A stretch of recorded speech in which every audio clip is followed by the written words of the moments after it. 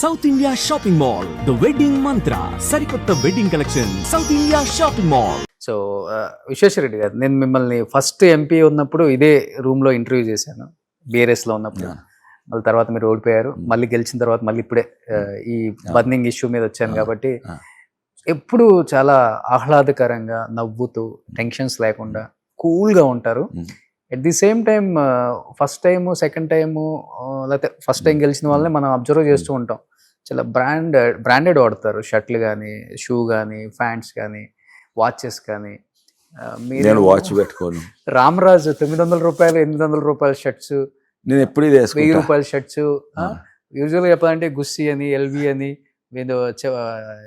Shoe కూడా. నాకు కూడా షోక్లు ఉన్నాయి. అంటే పత్తాలాడు గుర్రాలు కాదు, లేకుంటే పెద్ద పెద్ద కొత్త కార్లు, వాచ్లు, షూస్లు కాదు, ₹1,00,000 షూస్ కాదు. ఇవి వికారాబాద్ లో చేసిన షూస్. వికారాబాద్ లో చెప్పులు లెదర్, కింద టైర్ రబ్బర్ తోటి ఉంటది. నాకు బంగారం అవసరం లేదు, వాచ్ అవసరం లేదు. నాకు మంచి తిండి తినాలి, ఇంకోటి గుట్టలు ఎక్కాలి, బోటింగ్ పోవాలి. బోట్లు నా దగ్గర ఉన్నాయి. 30 లక్షల రూపాయల బోట్ ఉంది, 30,000 రూపాయల బోట్ ఉంది. తర్వాత నా షోక్లు వేరే, ట్రెక్కింగ్ పోవాలి, మోటార్ సైకిల్ మీద పోవాలి. ఇవన్నీ నా షోక్లు. మీ పిల్లలు కూడా అడగరా, ఎందుకు డాడీ వాళ్ళకి కూడా పెద్ద మీ డ్రెస్లు ఇలా వేసుకుంటారు, కొంచెం బ్రాండెడ్ US నుంచి వాళ్ళు తేవటం గిఫ్ట్ గా?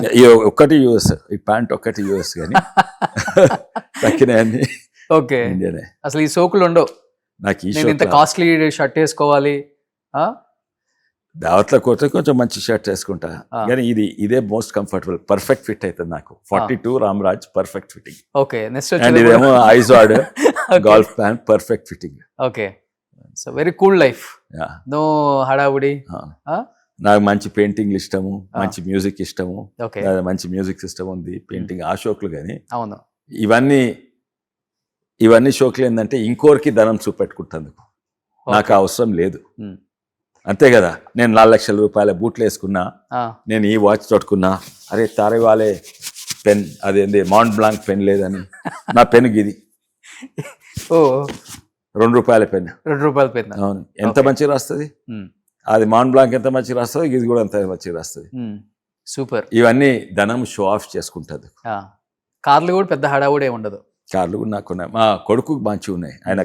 ఆయన ఆటోమొబైల్, మెకానికల్ ఆటోమొబైల్ స్పెషలైజేషన్ చేసిండు.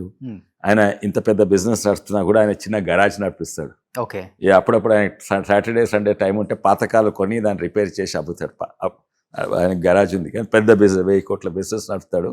కానీ ఇది కూడా ఆయన హాబీ. అట్లా మనిషికి హాబీస్ ఉండాలి, డిఫరెంట్ ఇంట్రెస్ట్ ఉండాలి. నాకు చేపల హాబీ, నా బోటింగ్ హాబీ. ఆ హాబీని కూడా కొన్నిసార్లు రాజకీయాలలో వాడుకుంటా. బోటింగ్ హాబీ అయితే అక్కడ 100 బోట్లు ఇస్తే 100 కుటుంబాలు దాని మీద బతుకుతున్నాయి.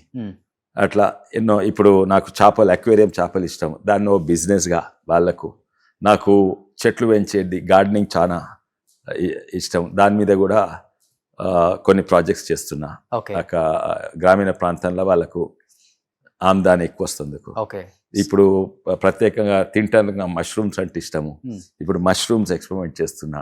అది గిట్ సక్సెస్ అయితే కనీసం 1000 నుంచి 10,000 మంది చేవల ప్రాంతం రైతులకు లాభం అవుతుంది.